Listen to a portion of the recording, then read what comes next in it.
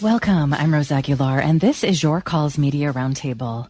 Last night, Kamala Harris officially accepted the Democratic Party's presidential nomination. She is the first Black woman and person of South Asian descent to be nominated by a major party. She said, quote, "Just imagine Donald Trump with no guardrails and how he would use the immense powers of the presidency of the United States not to improve your life, not to strengthen our national security, but to serve the only client he has ever had, himself." She also talked about Donald Trump's abortion bans. Donald Trump handpicked members of the United States Supreme Court to take away reproductive freedom. And now he brags about it. In his words, quote, "I did it and I'm proud to have done it," end quote. Well, I'll tell you, over the past 2 years, I've traveled across our country, and women have told me their stories. Husbands and fathers have shared theirs. Stories of women miscarrying in a parking lot, developing sepsis, losing the ability to ever again have children, all because doctors are afraid they may go to jail for caring for their patients. Couples just trying to grow their family, cut off in the middle of IVF treatments. Children who have survived sexual assault, potentially being forced to carry a pregnancy to term. This is what's happening in our country because of Donald Trump. And understand, he is not done. As a part of his agenda, he and his allies would limit access to birth control, ban medication abortion, and enact a nationwide abortion ban with or without Congress. And get this, he plans to create a national anti-abortion coordinator and force states to report on women's miscarriages and abortions. Simply put, they are out of their minds.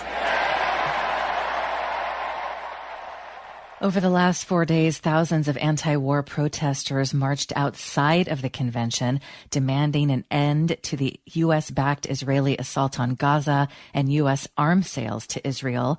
On Wednesday, uncommitted delegates, these are the people who voted uncommitted, said they got a call saying Palestinian-American Representative Ruah Roman, a Democrat from Georgia, would not be allowed to speak at the convention. Here is Kamala Harris talking about Israel and Palestine.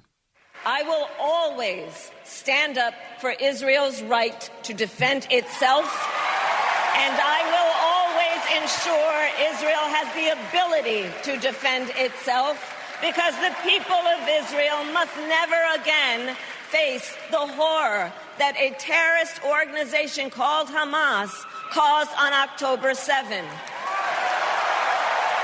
including unspeakable sexual violence and the massacre of young people at a music festival. At the same time, what has happened in Gaza over the past 10 months is devastating. So many innocent lives lost. Desperate, hungry people fleeing for safety over and over again. The scale of suffering is heartbreaking. President Biden and I are working to end this war such that Israel is secure, the hostages are released, the suffering in Gaza ends, and the Palestinian people can realize their right to dignity, security, freedom, and self-determination. Representative Ruah Roman, a Democrat from Georgia, discussed the decision by the Democratic Party to refuse to allow her to speak. My name is Ruah Roman. I am a Georgia state representative. I'm an elected Democrat. I come from the swing state of Georgia. We are not here to create any divisions. As my colleagues have said over and over and over again, the only reason we are here is to ensure that Donald Trump will never make it to the White House and save the lives of the people that we love. It's about the fact that today I watched my party say our tent can fit anti-choice Republicans, but it can't fit an elected official like me. I do not understand. I do not understand why being a Palestinian has become disqualifying in this country.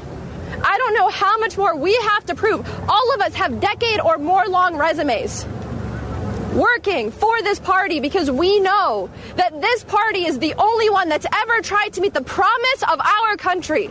We are here to literally save the soul of our party. I do not understand why that is a bad thing.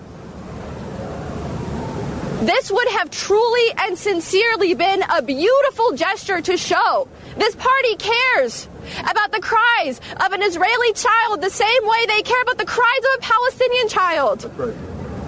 We are not asking for too much. All we wanted was to be on that stage and show people desperate for hope there is something to hope for.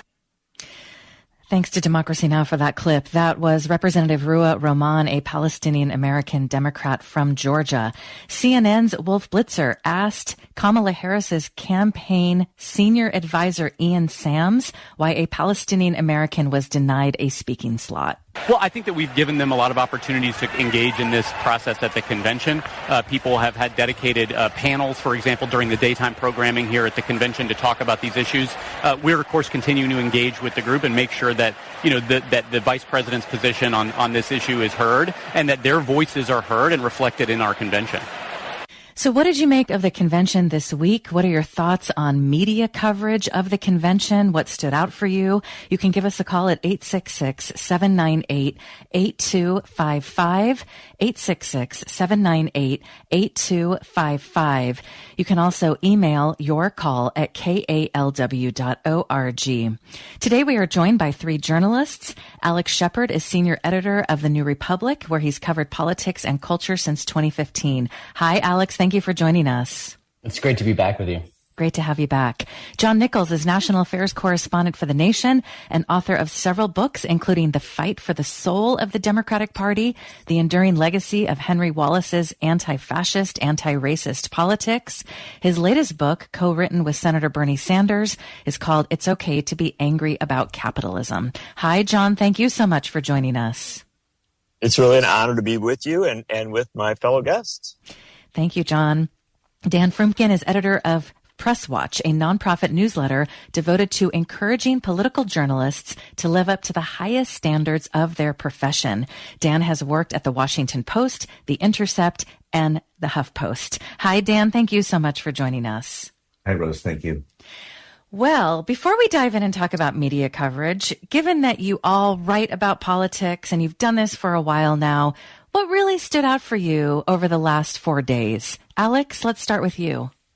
I think that what we've seen is, what mostly stood out to me is just the shift in mood. I was covering this, I've been covering this election since it began, whenever you want to say that was. And the mood among Democrats, I think, was rightly despondent, dire, depressed. I could keep using alliterative words to describe it before, a month ago. And this convention was probably the happiest I've seen Democrats since 2008. It was a really raucous, joyous convention. And I think that what we saw is, a continuation of the kind of vibes-based momentum that we've seen from the Harris campaign for the last month. We've seen a lot of indication that that's the way that they want to continue. I think in general, there was a kind of fighting spirit that Democrats have often been reluctant to show over the last 10 or 15 years that I thought was very heartening. But I also thought that, the handling of the uncommitted movement in particular suggested that, one, I just thought it was shameful. But two, it also suggested to me that a lot of the kind of clumsy political instincts that we saw from Harris in 2020, or more accurately 2019 when she ran, may still be there as well. What about you, John? You wrote a book called The Fight for the Soul of the Democratic Party. You've been to a lot of these conventions. What stood out for you? Well, I think the fight is still on. So in some senses, this convention was a great progress, right? Evidence of a real movement. In other senses, evidence of many things I've written about over the years, the frustrating tendency of the Democratic Party to be slow to recognize change, to recognize progress, to open itself up. And you've already spoken, and other folks as well, about the simple ask of having a Palestinian American on stage. The thing about it that really struck me was, of course, how dumb the Democrats are, just how dumb they are.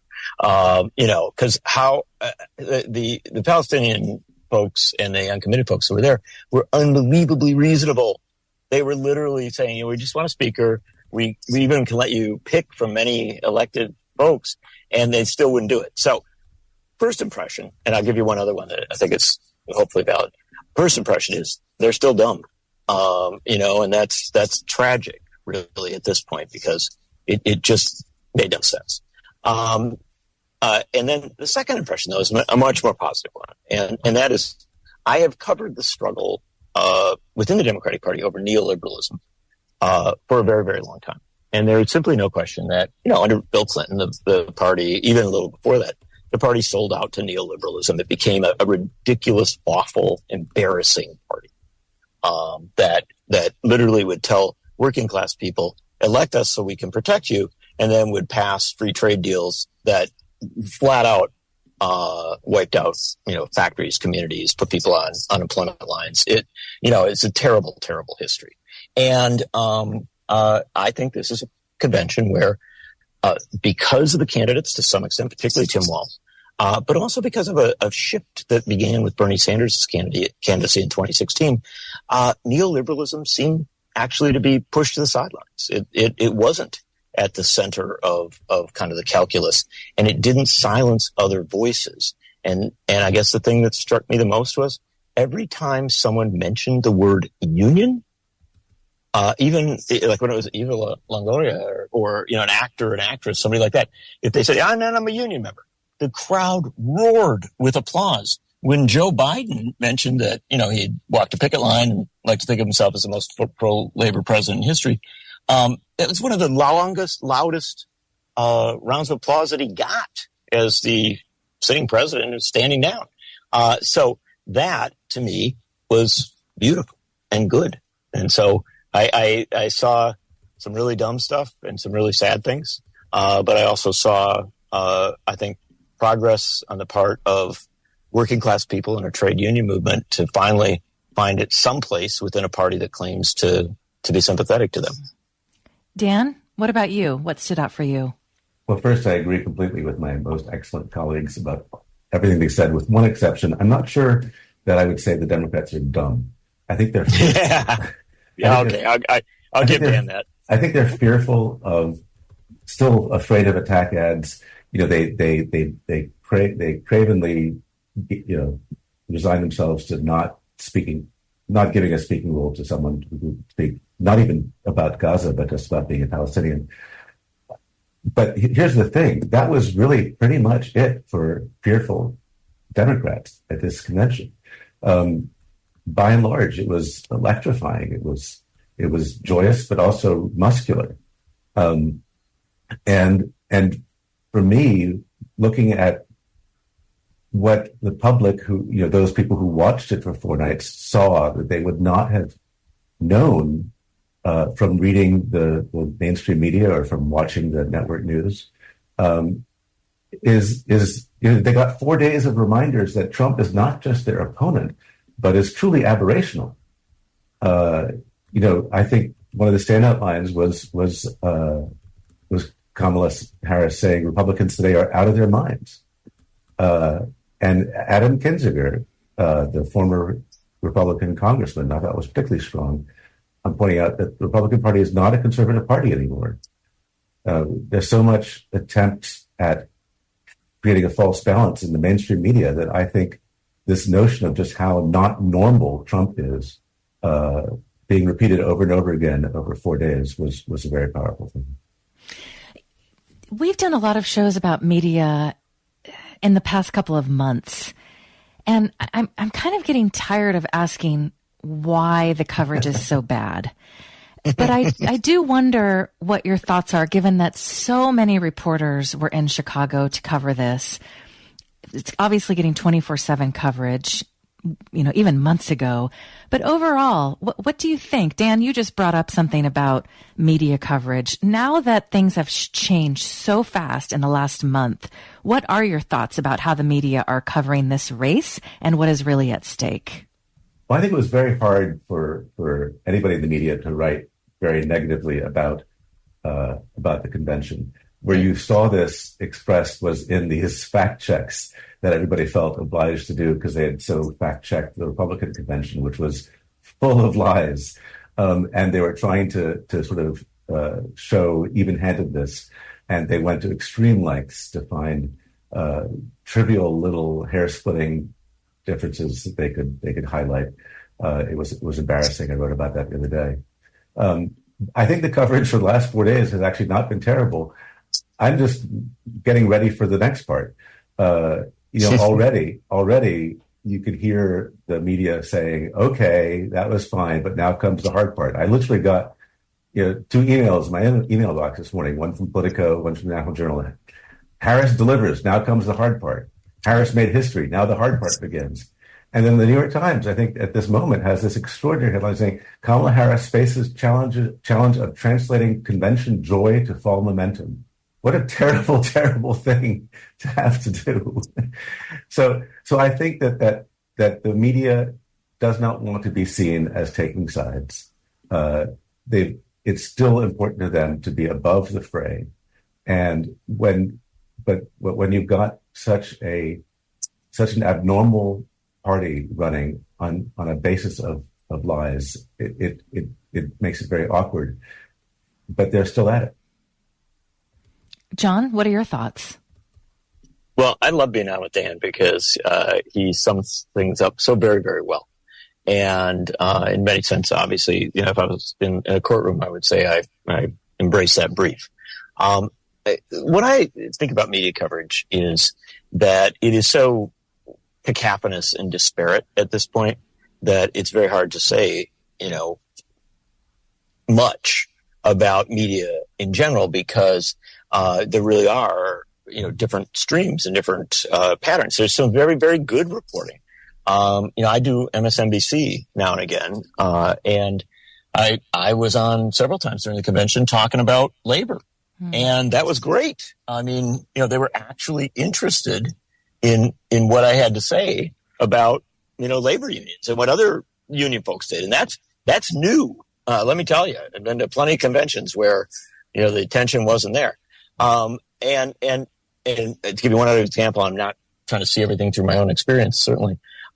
We actually, on one of the shows, one of the afternoon shows, had a very, very smart discussion about the fact that this convention really hadn't in any realistic way addressed the impact of artificial intelligence, which, of course, is a really serious issue and something that is absurd that they can have a convention at this point where we're going to have this massive societal change and somehow it doesn't come up. And so I guess what I would say about media coverage is that you can find the good examples. You can find the good things in it. What you cannot find is enough of a thoughtful narrative about, kind of where we're at and what's going on. That gets to, in many ways, to what Dan was talking about. But in a deeper sense, something that, of all people, Dan Rather used to do now and again, still around, still a very thoughtful statement or person. He used to now and again, in the midst of a big story, right, he would say, we need to pause and think about what is happening here, right? We need to recognize the significance of this moment. Now, that's both in print, digital, and obviously broadcast. And what I mean by that is we have been through a month that a century from now will be seen as one of the most jarring months in the political history of the United States.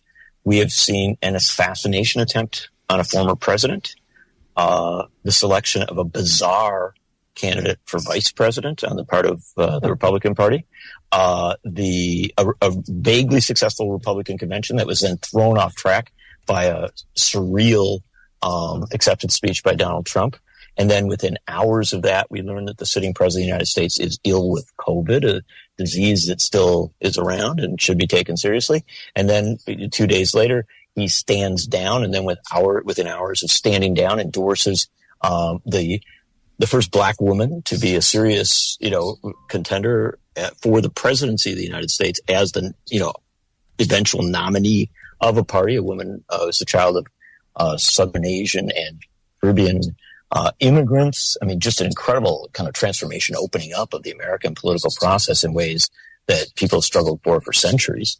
And then that woman takes off politically, and then at a point where she's sort of rising fast and getting good poll numbers, things like this, she chooses to accept the progressive choice for vice president, not to go with the narrow Tim Kaine of 2024. And so, this has been an amazing roller coaster we've been on, and we need to put it in perspective, right? And I guess that's my biggest frustration. We tend to be, we're rushing through this moment so fast that we're not recognizing that actual history is taking place almost on a daily basis. And I know we always say it's a historic moment. I cannot emphasize to you, been around for too long. I can tell you, this is a more historic moment. And I wish that we had media that was sufficiently resourced and sufficiently flexible to fully embrace the responsibility of putting this moment in perspective. Whether you do it from a left context or a right context, you can have your ideology, but just some perspective. Or just a human context, right, John? Yes. The thing that... And also, by the way, there's a war in Gaza going on, too. Well, right? Yes, exactly. And also, reporters had access to every major Democrat in this country on the floor. Yes. Now, I kept wondering, are they asking, why don't we have health care for all in this wealthy country? Why are so many people suffering? The other question I really want someone to ask a high-level Democrat is, why are you guys losing to these people? I mean, how do you screw this up? Yeah, we have the Electoral College. We have a different media now. There's a lot of things, gerrymandering, all of it, of course. But I have not heard that question. Why are they losing to these people? Why is this race so close? But why are you so uniquely incompetent? It would be the question. And I don't want to interrupt my great colleague here for 1 second, but let me just follow up on one little tiny aspect of that and simply say that this is the biggest frustration of Bernie Sanders. And we were talking on the phone this morning, just in a conversation on something else. And the senator he always says this. He says, I always get asked about what's going on in the moment, right? That delegation moved there, or this guy sat down here, or something like that. What do you think about that? And he says, nobody ever says, like, how come this convention didn't take up Medicare for all? How come this convention took opposition to the death penalty out of its platform, right? I mean, I can think of a heck of a lot of really good questions to ask these folks. And yet, I'll tell you yesterday, the big question all over the place was, do you think Beyonce is going to be here? Wow. Right. Sorry to go on for so long. No, thank you for that. In fact, we're going to do a show about the death penalty and the Democratic Party convention. Thank you for bringing that up. It's so important. Alex, based on everything we're talking about here, what would you like to add? Yeah, I mean, I think that one of the other issues too, and you saw this at the convention as well, is just that, even with all that many thousands, 15,000 of us gathered in Chicago, the mainstream media in this country is largely in compounds in New York and Washington, D.C., and the extent to which they go out and talk to the actual people who will decide this election in 9 states, essentially, given our perverse electoral system, it's really limited. And it's usually limited to political rallies. It's limited by campaigns that don't want reporters talking to voters. And that, I think, is one of the other issues here as well, is that there's a lack of understanding of the kinds of issues that actually define people's lives. I think that's, a kind of one of the more under-remarked undercurrents of some of the conversation about the economy, the quote-unquote good economy of the Biden years right now as well. One of the things that stood out to me here in Chicago is just how different talking to normal people was than talking to people in the convention too. Obviously the mood inside the United Center was jubilant, but, when I would just go out and wander around and eat tacos and their god awful pizza here, I would hear a very different type of narrative about the kinds of things that were concerning people. And that's an issue as well. To the other question is, I think that there's another thing that's happening, and you saw it. I think that John's in the UC as well, or was in the United Center as well. But the campaign had also given over a huge amount of valuable real estate and access to influencers. I largely found their presence charming, but these people are being embraced because they're essentially propagandists as well. And I think that you're also seeing an unwillingness by members of the campaign to engage directly, and that also leads to the kinds of opaque and on this point at least stupid decision making you saw with regard to the with the uncommitted movement, because they're not engaging with people, and I think that they still think that they can kind of control the narrative via their preferred sources, and when that happens, you get clumsy decision making like we saw on Wednesday and Thursday. We're going to take a quick break. On today's Your Call, we are discussing this week's Democratic National Convention. Kamala Harris officially accepted the Democratic Party's presidential nomination. We're also talking about media coverage. We'd love for you to join the conversation. 866-798-8255. You can also email your call at kalw.org. Alex Shephard is senior editor of The New Republic. John Nichols is national affairs correspondent for The Nation and author of many books, including The Fight for the Soul of the Democratic Party. Dan Froomkin is editor of Press Watch. This is Your Call. We'll be back after this.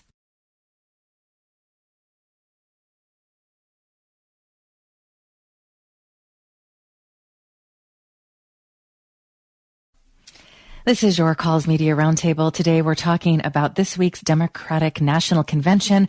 What stood out for you this week? What did you make of the media coverage overall of the presidential race? It's just around the corner.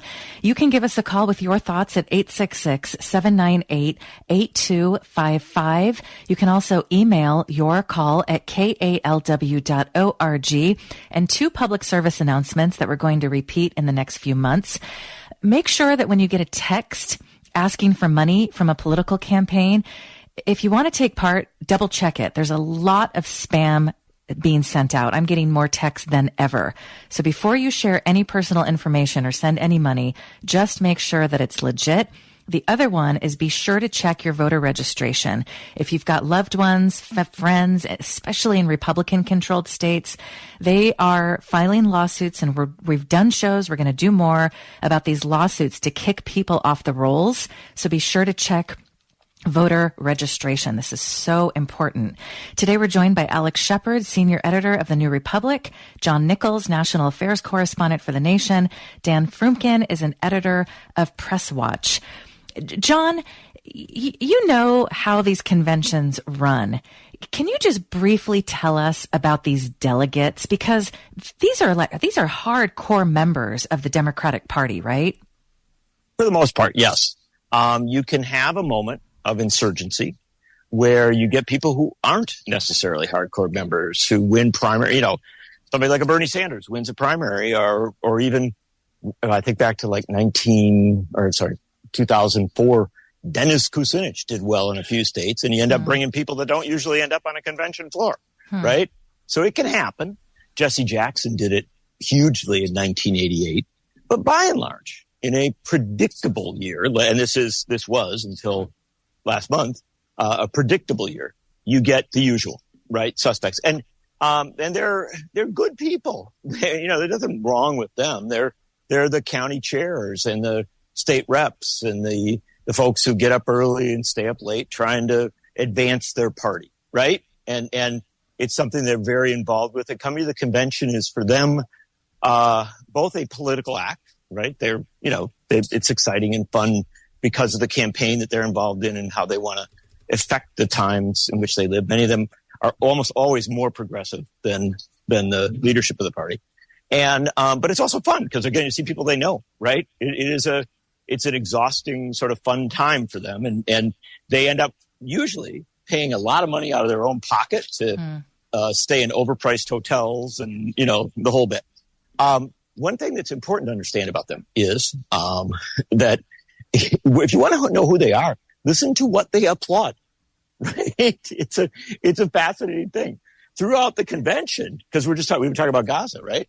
Throughout the convention, every time someone mentioned Gaza and mentioned ceasefire, as Bernie Sanders did, as to some extent Harris did, as, you know what I mean? Every time it came up, the whole place erupted in applause. Why? 81% of Democrats favor a ceasefire in Gaza, according to the YouGov Economist poll. Every time the word union was mentioned, like just thunderous applause, right? It was like, these are the overwhelmingly popular things. Now, our media doesn't notice that, right? Our media, more often than not, says, you know, well, these delegates, they want to win, and they're, you know, I don't know, sometimes they may imagine that they're responding well to some of the more centrist messaging and stuff like that. And so many of the issues that media tends to overcover, the delegates that's not where the delegates are at. These are activists by and large. They're not all leftists or anything like that, but they are people who care very deeply by and large about economic and social and racial justice, about saving the planet, and about peace. And so anyways, that's one of the things I do. I do not sit and watch the convention from the feed outside of the hall, right? Which is many journalists do. They go all the trouble to come to this thing, and then there are places where they can listen to a feed. There are actually journalists who sit in their hotel room, right? And they think, oh, I'm writing or something like this. You have to be in the hall. I was there last night. I sat there for, and walked around and talked to people, but for hours, because I wanted to hear how the hall responded. That tells you how the base of the party, as represented by its elected, these elected representatives, how they are responding to the messaging. And what I can tell you is, this is a party, the people on the floor, who really like trade unions. They really like progressive politics, and they would really like the U.S. to change its policy on Gaza.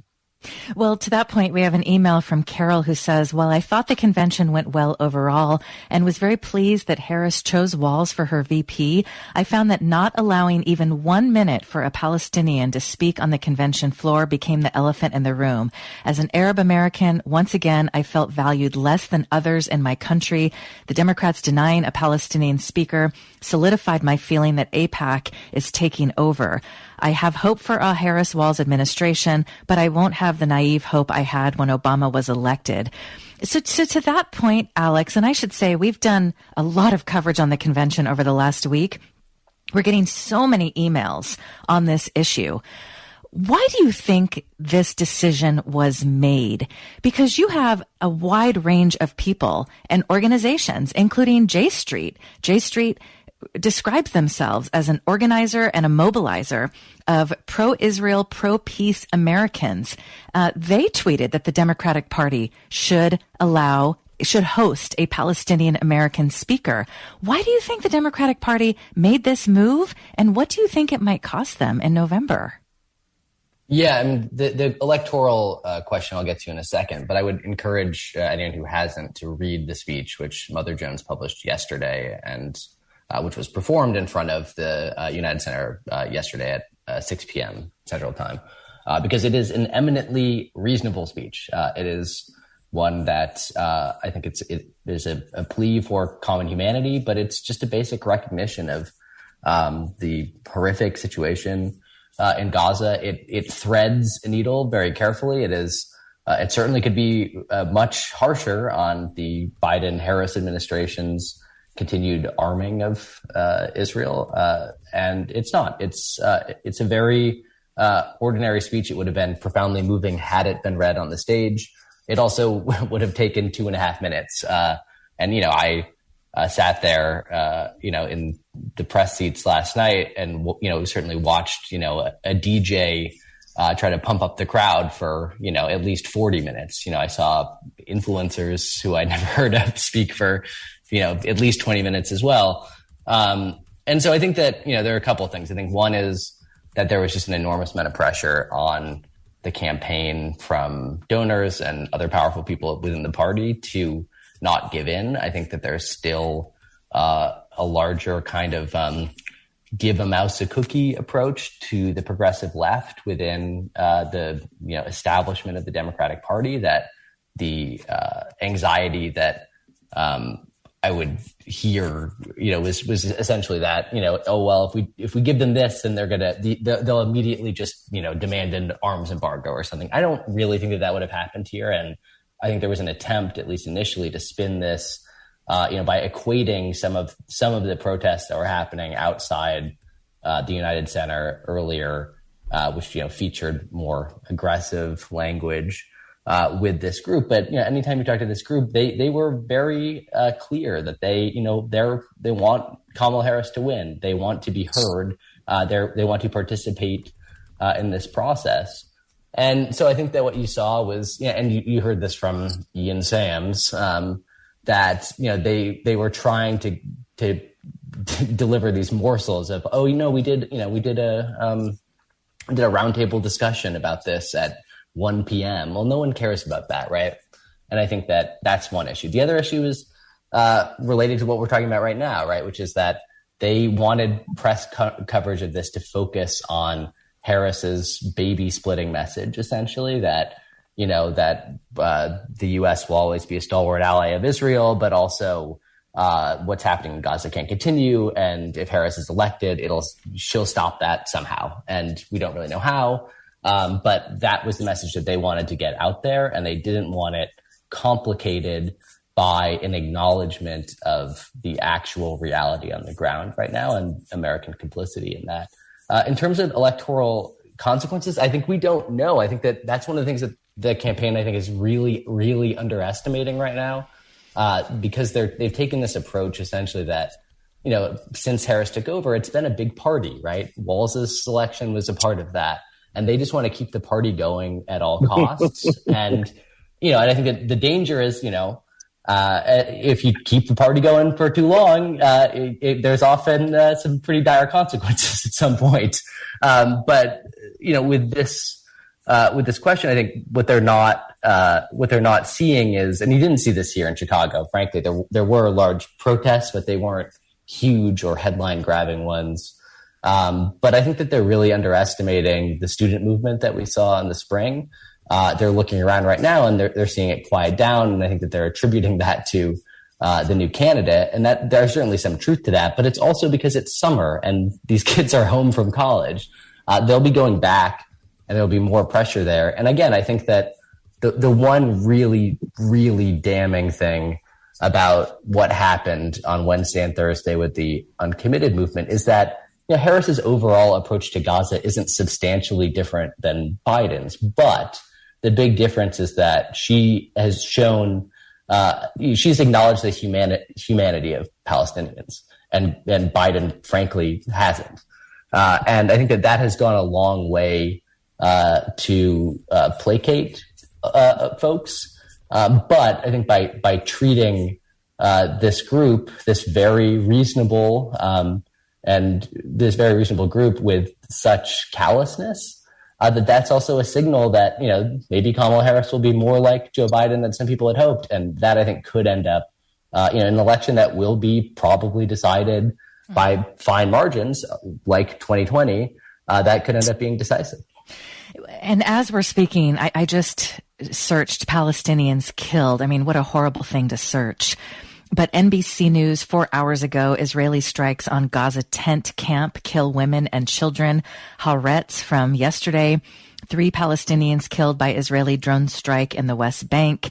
AP yesterday, Israeli strike kills at least 16 in Gaza. Dan, what are your thoughts here? Why do you think the Democratic Party made this decision, and what do you think it'll cost them in November? Well, I think it was, what was missing, what felt missing, was an acknowledgement of the incredible grief that many Americans are feeling about the destruction of Gaza and the incredible sense of culpability. But those were not acknowledged at all anywhere in those 4 days. But I can understand why. It's the one big divisive issue among Democrats. And it's a tremendous downer. So I wasn't surprised that they shut this down. I think it's sad though. And at the end of the day, it's hard to see someone who is a single issue voter on Gaza voting for Donald Trump. I guess the issue is whether they'll vote at all. And I suspect you'll see, just like with the uncommitted, you'll see some number of people deciding not to vote at all. Right. We have a number of emails actually on Gaza. One listener says, I feel like the DNC could easily have had a Palestinian American speaker talk about what their relatives in Gaza are going through. This would have been a fitting counter to the family of Israeli hostages who spoke. I was hoping Harris would have said nationhood and not just self-determination in reference to the Palestinian people in her speech last night. We've got many other emails about this.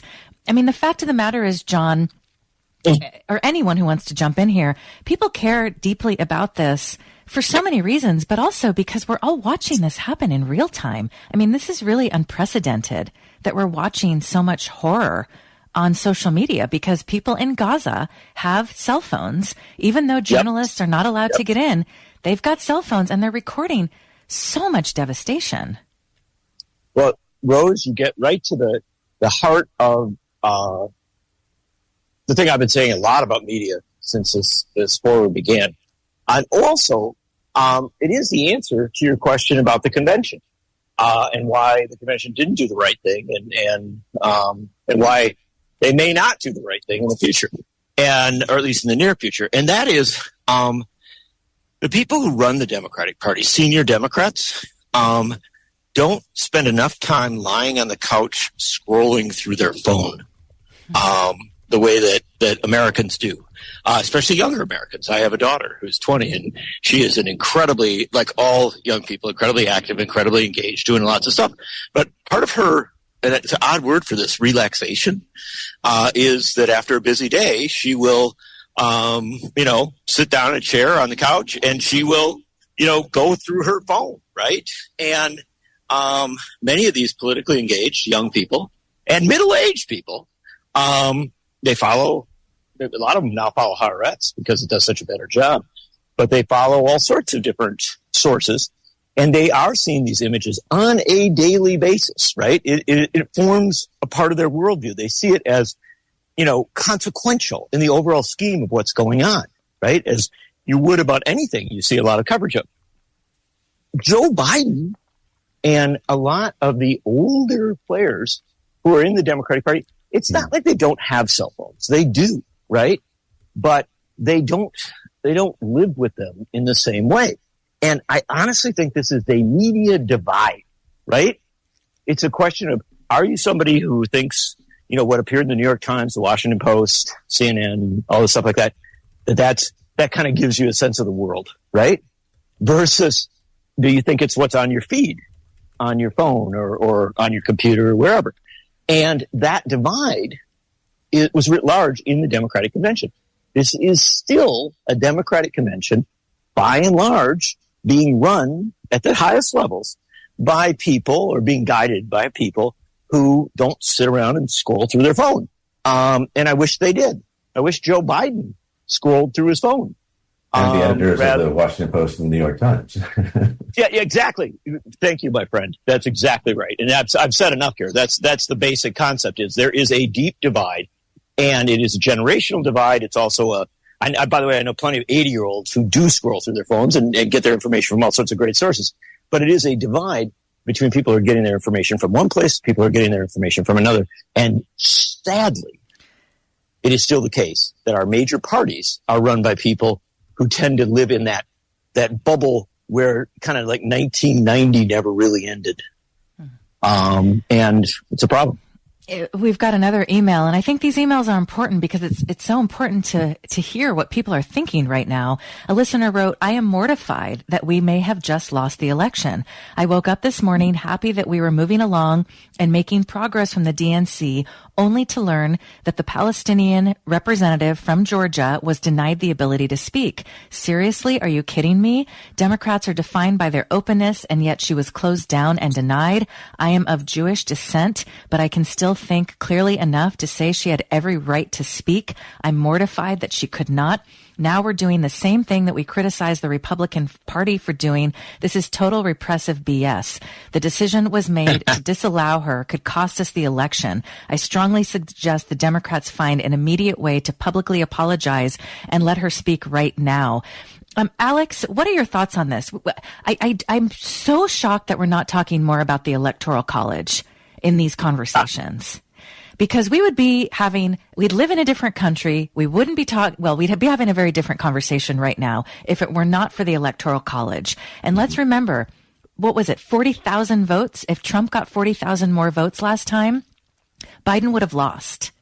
So even if Kamala Harris crushes Trump, depending on the Electoral College, she could lose. Why aren't we talking more about that? I mean, I think part of it is also because we have a press that's uncomfortable going to places like Dearborn, Michigan and talking to Arab American voters there, and has not really, there aren't a lot of Muslim American or Arab American people in the press corps who will go and have existing connections there. And our press is, there's an irony in the media coverage in this country, in that it is obsessed with electoral results. And I think as the election draws closer, and the reality that this is probably going to be a pretty close election seeps in, that that will be a major focus of the conversation. And yet there's little understanding or coverage of the groups that will actually decide this election, and those very much include the large Palestinian American community in Pennsylvania. There's a large Muslim American or Arab American community in Michigan. And again, and also young people as well. And, just talking to people that I know, I'm in my mid 30s, but, I've seen a sort of slow snap back towards, people just saying that they're not going to vote in November, that they're going to vote, right in someone else, which was the general, consensus, I think, 6 weeks ago. And because of this decision. And, this is not going to go away in the next 3 months, probably. So I think that's one of the other really glaring problems with the decision to ice out the uncommitted movement, is that Harris right now, has more political capital to deal with donors and, interest groups within the Democratic Party than she may ever have again right now. Right. And I think that this is the moment, if you're going to leverage that, to do it, and the you're for a speech that doesn't do anything provocative, and so there's really no loss there. And I think that as we will probably see tent encampments sprouting up in the next month, maybe in the next 2 weeks, in universities in both non-swing states like New York and swing states like Pennsylvania and Michigan, even Georgia. This issue is going to come back. The videos from Gaza will continue. There's also the other thing that we haven't discussed, and which didn't really come up in the convention. I should say too, another mistake that the Harris campaign has made. I mean, along with the omission of the death penalty, was saying that they will not, for instance, push to re-enter the Iran deal. But there's also a possibility that this could develop into a regional war. A regional war that, Joe Biden and Kamala Harris will have to manage. And that, I think, is a very scary situation. And it's a very scary situation electorally. And the Harris campaign seems unprepared for it. But the media has also done a poor job of covering it as well. They did a very bad job. We did a very bad job, covering the student protests in the late spring. I don't see any sign that anyone's learned any lessons from that. Can I jump in? Could I? Oh, go ahead, Dan. Dan, and I'll chime ahead. in. I'll chime in after you, Dan. Dan, go ahead. We don't have that much time left. About 2 minutes. Yeah, I think that one thing that Democrats are hoping is that the issue will go away, and that there'll be some sort of a ceasefire between now and the election. I think however, that's probably a pipe dream, because Prime Minister Bibi Netanyahu has no interest in doing it either because of his electoral issues or because he wants to get Donald Trump elected. And I think that's an issue the media should be writing about. This is the first time I'm ever going to disagree with Dan. I think that if Kamala Harris continues to do well in the polls, if she gets a big bump out of the convention And if there's some evidence that she is, in fact, opening up a lead over Trump, I'm not saying that will happen, although I happen to think it's possible. If she is indeed opening up a lead over Trump, I think Netanyahu pays a lot of attention to that. I spent a good deal of my life reporting, in my younger life, reporting in Israel and Palestine. I've seen Bibi Netanyahu operate politically, and I can tell you one thing about him. He watches American polls more closely than Israeli polls. And if he thinks that there's a chance that Harris might prevail, I do think that there's a possibility that you could see some movement there on a ceasefire. One would hope that, whatever gets us there is good. And so I think there's a lot of factors here that need to be put in play. And I will simply close, knowing we have no time, that this gets to something much bigger, Rose, which is our media doesn't cover foreign policy with the sort of nuance and depth that it used to. It's not that it was great in the past, but it's really missing. And the fact that people don't recognize that what happens in American politics can deeply influence the patterns of foreign leaders before elections is a real error in our media coverage. And I would like to see it be much different, but it won't be different until we fund media at the level where they can have correspondents and people seriously covering things on the ground, not just in America, but around the world. Well, that was a question we brought up earlier this week, and we'll do more shows about this. If Kamala Harris does win in November, what is her foreign policy going to look like? Are we still going to get $800+ billion military budgets? Half of that money goes to weapons contractors. Last night, she promised to maintain the strongest and most lethal military in the world.